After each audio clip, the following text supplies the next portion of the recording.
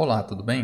Hoje vamos falar sobre o poder de neutralização de calcários, um parâmetro importante determinado em diversos corretivos agrícolas. Vou te falar nesse vídeo sobre aspectos teóricos do poder de neutralização de calcários, e no próximo vídeo falaremos mais sobre os aspectos experimentais. O diagrama que você vê a seguir mostra várias equações ou reações que geralmente acontecem com as principais espécies presentes em três tipos de corretivos agrícolas, mas vamos visualizar inicialmente a parte superior do diagrama. O quadrado da esquerda simboliza um solo que tem componentes ácidos, ou seja, um solo acidificado. Do lado direito, você tem um corretivo de acidez que tem, pelo contrário, componentes básicos, ou seja, componentes que podem neutralizar os componentes ácidos do solo. Quadrado da esquerda e quadrado da direita, então, representam os solos e os corretivos de acidez, respectivamente. Os solos, então, como mostra essa reação superior principal de neutralização, fornecem o íon H+, que aparece em vermelho, e os corretivos de acidez fornecem o íon hidróxido, que aparece em verde no diagrama.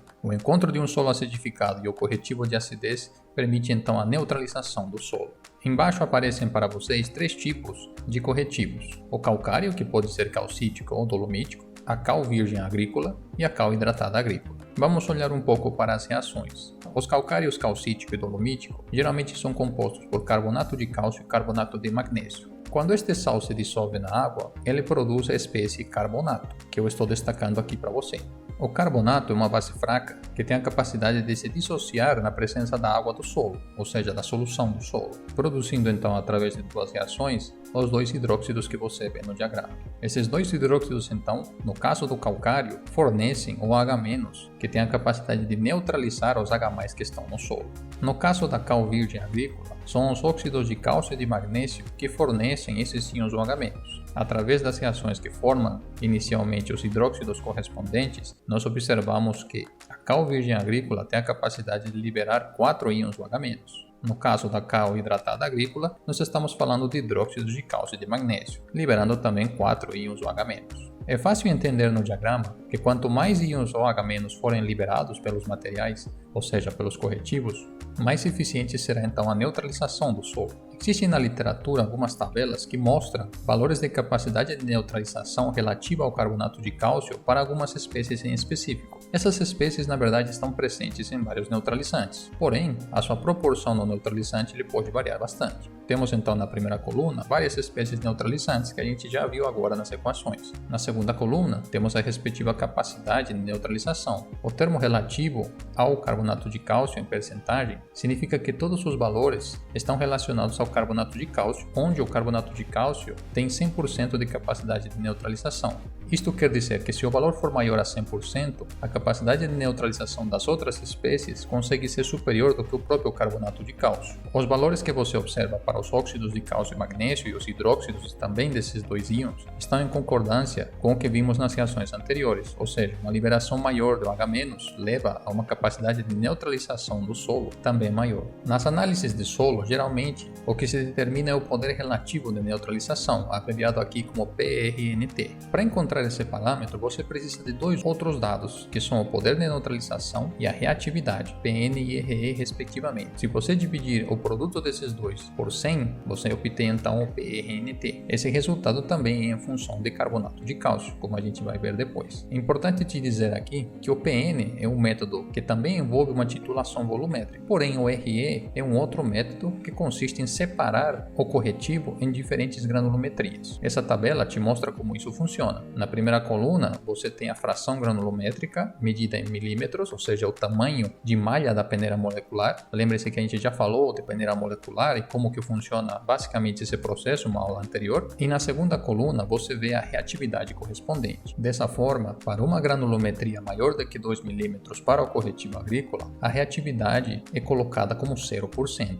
é atribuído esse valor para ela. Em verde aparece para você a frase muito tempo de reação. Isso significa que uma granulometria muito grande, maior de 2 milímetros, ela demora muito para reagir com o solo. Na maioria das vezes, quando você tem um problema de acidificação do solo, isso não é muito adequado. resultado. Você quer, na prática, que o problema seja resolvido rapidamente. Porém, em algumas aplicações onde você precisa que o corretivo fique agindo lentamente durante vários meses, pode ser uma alternativa. Quando analisamos os outros dados da tabela, observamos que na fração granulométrica entre 2 e 0,34 mm já se atribui uma reatividade maior, de 20%. Para o intervalo entre 0,84 e 0,30 mm se atribui uma reatividade de 60%. Já para uma fração granulométrica do corretivo menor do que 0,3 mm se atribui uma reatividade de 100%. Ou seja, quanto menor for a partícula do corretivo, menos tempo de reação será necessário para esse corretivo fazer seu trabalho, isto é, corrigir a acidez do solo. Na maioria das vezes, é justamente isso que o agrônomo procura. Ele quer que o corretivo agrícola reaja rapidamente, ou seja, que tenha um pouco tempo de reação no solo, de modo então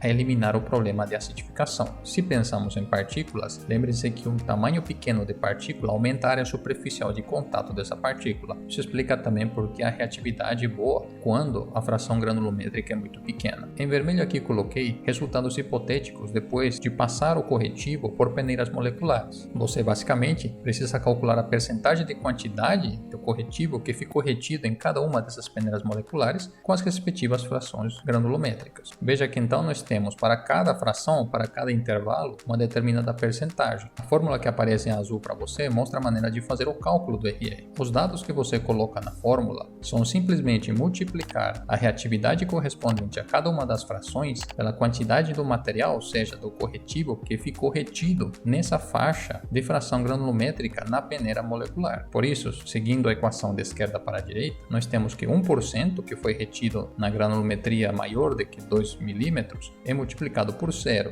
já que isso é a reatividade que aparece na segunda coluna da tabela. O numerador então é a soma do mesmo tipo de cálculo para cada uma das 4 frações. Você vai dividir isso por 100 e obter então um valor que nesse caso seria 75,80 para o parâmetro de RE. Esse resultado, por exemplo, de RE vai então na fórmula do poder relativo de neutralização que você está vendo aqui, e agora me falta calcular o poder de neutralização de calcário. Veja que como o PN e o RE são expressos em percentagem e em função de carbonato de cálcio, o PRNT também terá a mesma unidade. O seu resultado pode ser menor ou maior do que 100. Lembre-se que 100% significa que você tivesse um corretivo somente composto de carbonato de cálcio. Assim temos as seguintes opções. Se o resultado do PRNT der igual a 70%, significa que 100 gramas desse corretivo que você avaliou equivale somente a 70 gramas de carbonato de cálcio puro. Isso quer dizer que você gasta muito mais do seu corretivo do que você estivesse usando somente o parâmetro, que seria carbonato de cálcio puro. Lembre-se que os corretivos não têm somente carbonato de cálcio, mas alguns outros compostos. Por outro lado, se o PRNT é igual a 120%, significa que 100 gramas do seu corretivo equivale a 120 gramas de carbonato de cálcio puro. Isso quer dizer que como o seu corretivo é muito mais eficiente que o carbonato de cálcio, você gasta muito menos dele para a neutralização do solo. Estes resultados, então, e sua correta interpretação, me ajudam a discernir entre diversos tipos de corretivos agrícolas. Veja que se eu tenho um corretivo que é pouco eficiente, eu vou gastar muito mais dinheiro na hora de aplicá-lo no solo, porque eu vou ter que comprar muito mais dele. Já se eu tenho um corretivo agrícola que é bastante eficiente, eu vou gastar muito menos dinheiro, porque muito menos dele precisará ser aplicado para satisfazer minha demanda de neutralização do solo. Tudo bem?